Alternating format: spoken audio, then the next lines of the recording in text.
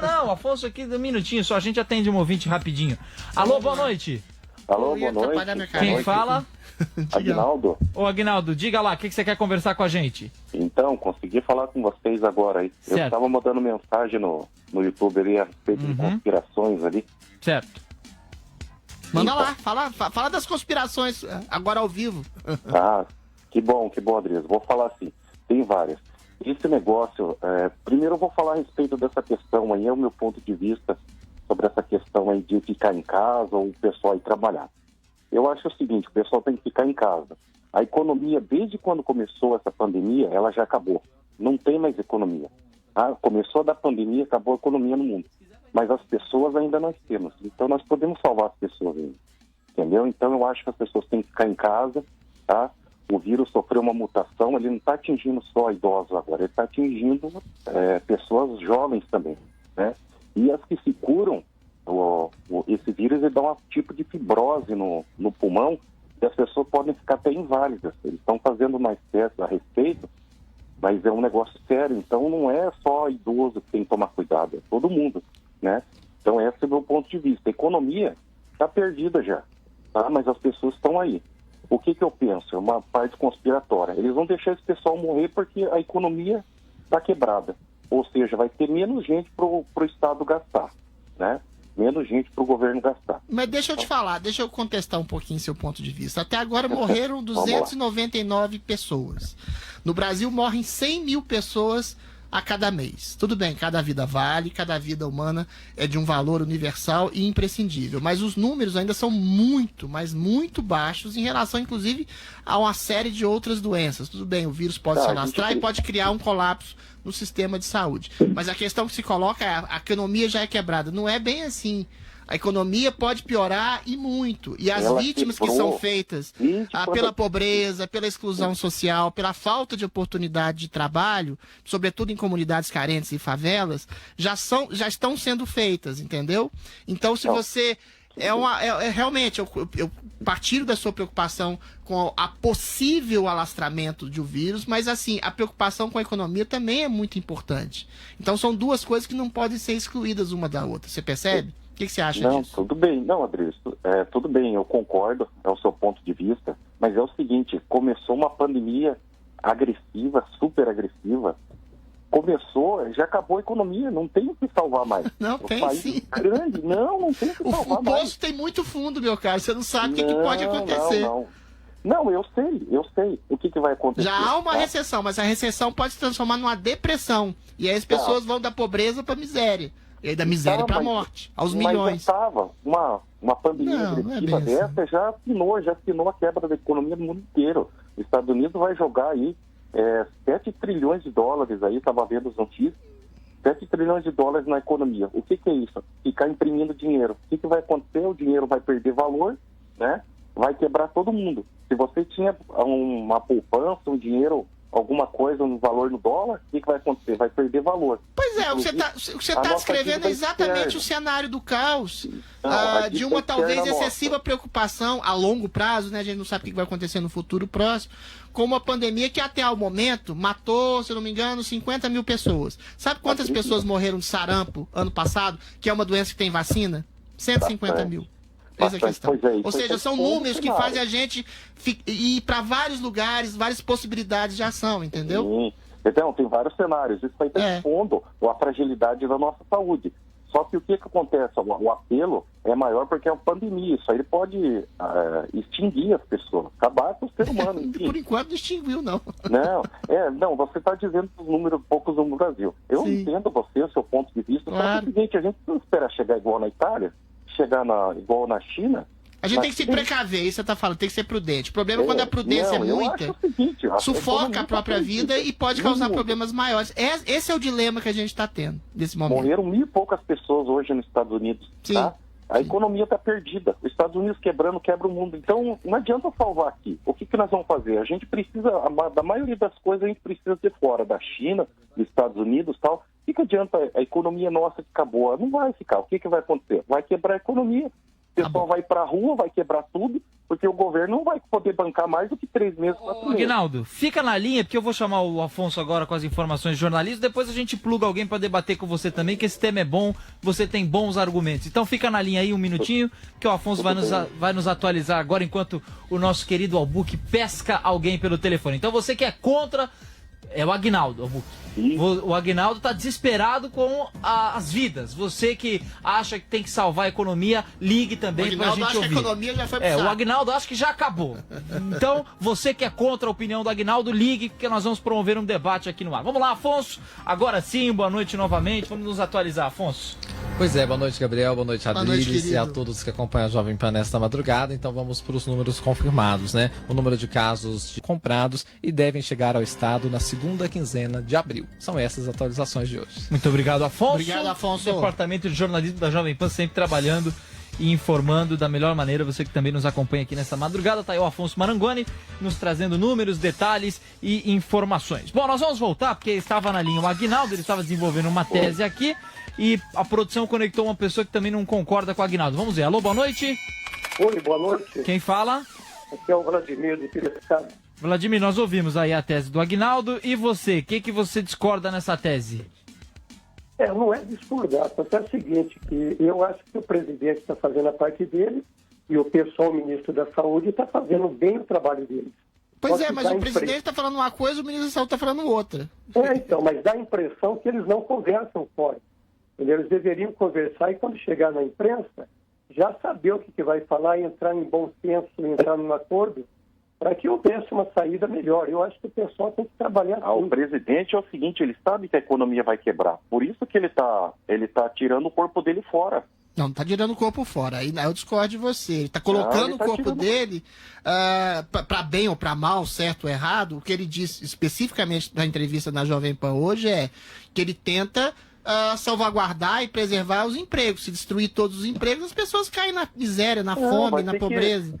Vai ter que fazer o seguinte, uma coisa que eles temem muito, eles vão ter que pegar e parar de pagar a dívida externa. Vão ter que parar de pagar e investir esse dinheiro aqui. Mas aí ninguém investe no Brasil, aí o dinheiro não vem dos empregos, não vem da indústria, não vem das empresas, não vem de fora, aí a gente passa fome de vez. Infelizmente, vai ter que fazer um sistema socialista. E o governo ele vai ter que inventar alguma coisa, porque quem produz o dinheiro é o banco, não é o empresário. Você está querendo que a economia quebre para a gente fazer um socialismo no Brasil, então? Quem que? Não, e o pior é que eu votei no Bolsonaro, mas só que a verdade é a verdade, tá entendeu? Certo. Nós estamos num período de crise, entendeu? Um período excepcional, entendeu? Quem produz dinheiro é o banco que produz dinheiro.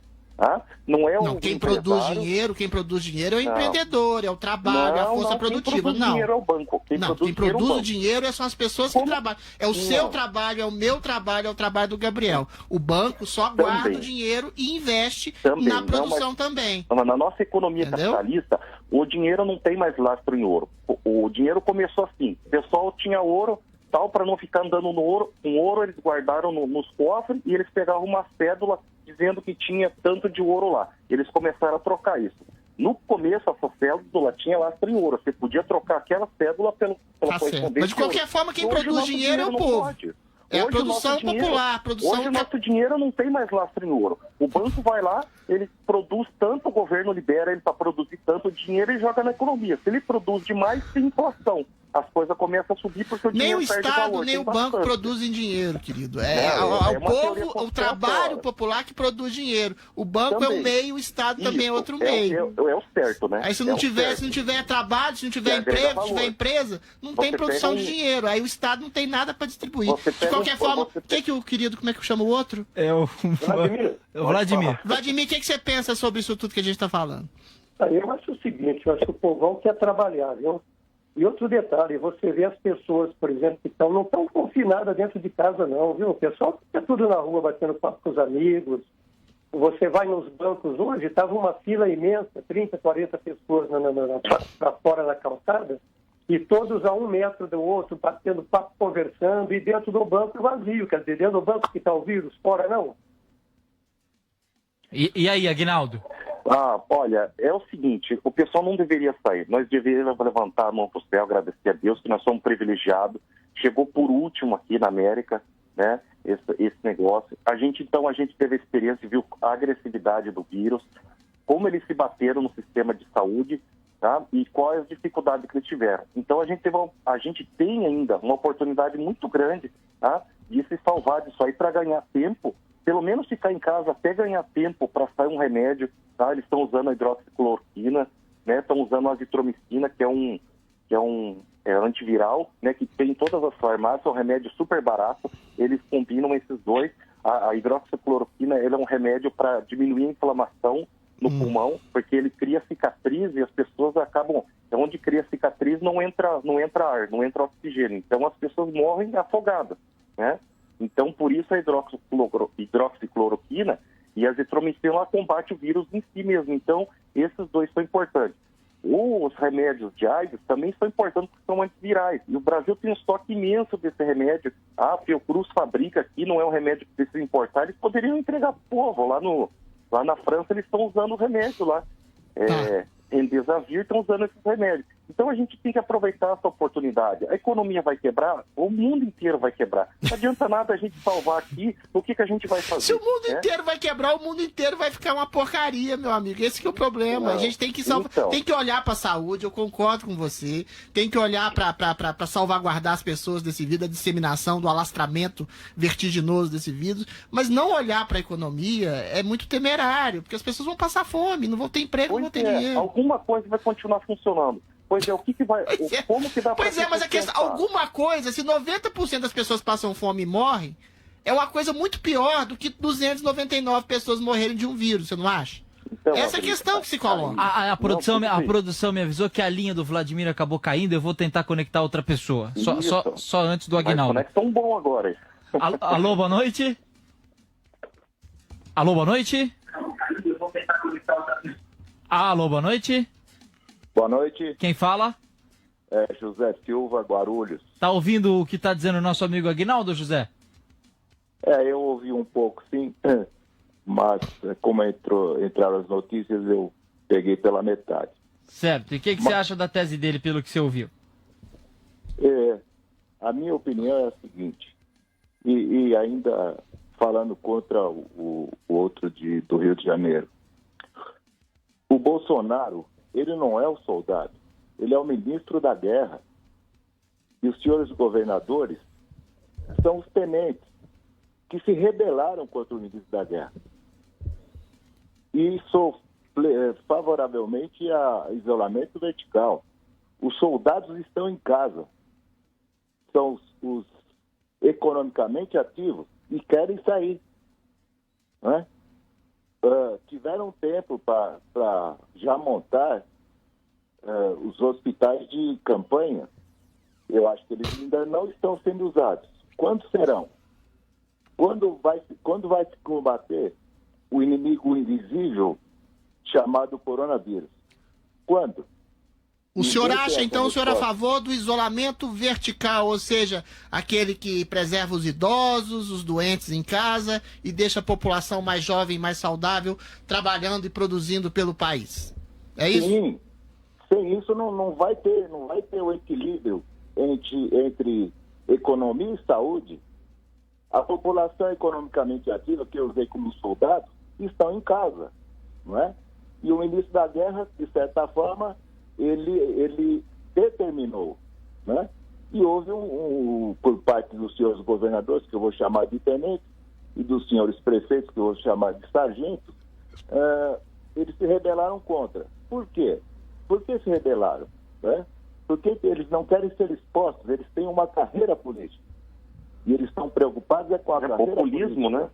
Populismo, querem fazer mídia, mas o Bolsonaro, na parte dele, perdeu o respeito também por ele não saber se expressar. Ele andou se expressando muito mal, ele poderia ter se expressado melhor, ele é muito explosivo.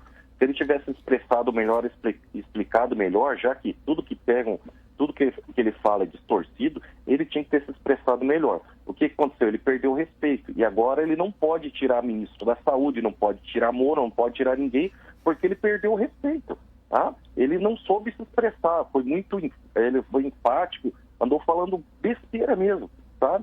E isso aí não deveria ser atitude de um chefe de Estado. Acabou a eleição, acabou a campanha. Ele agora tem que governar para todos. Esse negócio de ficar tentando manter militância, 30% não adianta, tá todo mundo pulando fora, tá vendo que esse barco vai afundar. Né? Ô, Aguinaldo, deixa eu colocar um Continuando. caldo aqui nessa disputa, tanto para você quanto pro José. José. Você está falando de populismo no discurso do presidente, de falta de informação, mas Não, você do acha que governador. também, não, calma, deixa eu estabelecer. Você não acha que também é um pouco de populismo ou talvez oportunismo do governador Dória quando ele se alia ao Lula em combate ao coronavírus, ou você acha que é uma atitude correta em nome de um Não, combate não. de um mal comum? Totalmente errado, totalmente errado. O Lula foi o maior bandido do Brasil, é o maior bandido do Brasil. Ele acabou com o Brasil, tá? Se hoje está faltando as coisas aqui, tá? Tem que procurar lá em Cuba, lá no Porto de Mariel, nas hidrelétricas na Guatemala, o dinheiro que foi perdoado das dívidas dos países africanos lá, né? Tem que procurar o dinheiro nesse lugar, tá? E o Dória, a única coisa que ele está pensando, né? É pensando na eleição da presidência. Ele não está nem com nada, sabe? Essa é a minha visão, entendeu? O Dória, para mim, é um populista, sabe? Ele era prefeito de São Paulo, falou que ia ficar até o final, né, do mandato dele, não ficou, já deu um pulo para governador, está querendo dar outro salto para presidente. Então ele é demagogo, é muito populista, tá querendo ser mais do que o presidente, entendeu? Nós estamos num período de insegurança jurídica, tá? Porque prefeito manda mais do que governador e governador manda mais do que Então, presidente. está dentro da minha tese que eles se rebelaram. Agora, quanto ao presidente, ele pensa certo e se expressa mal.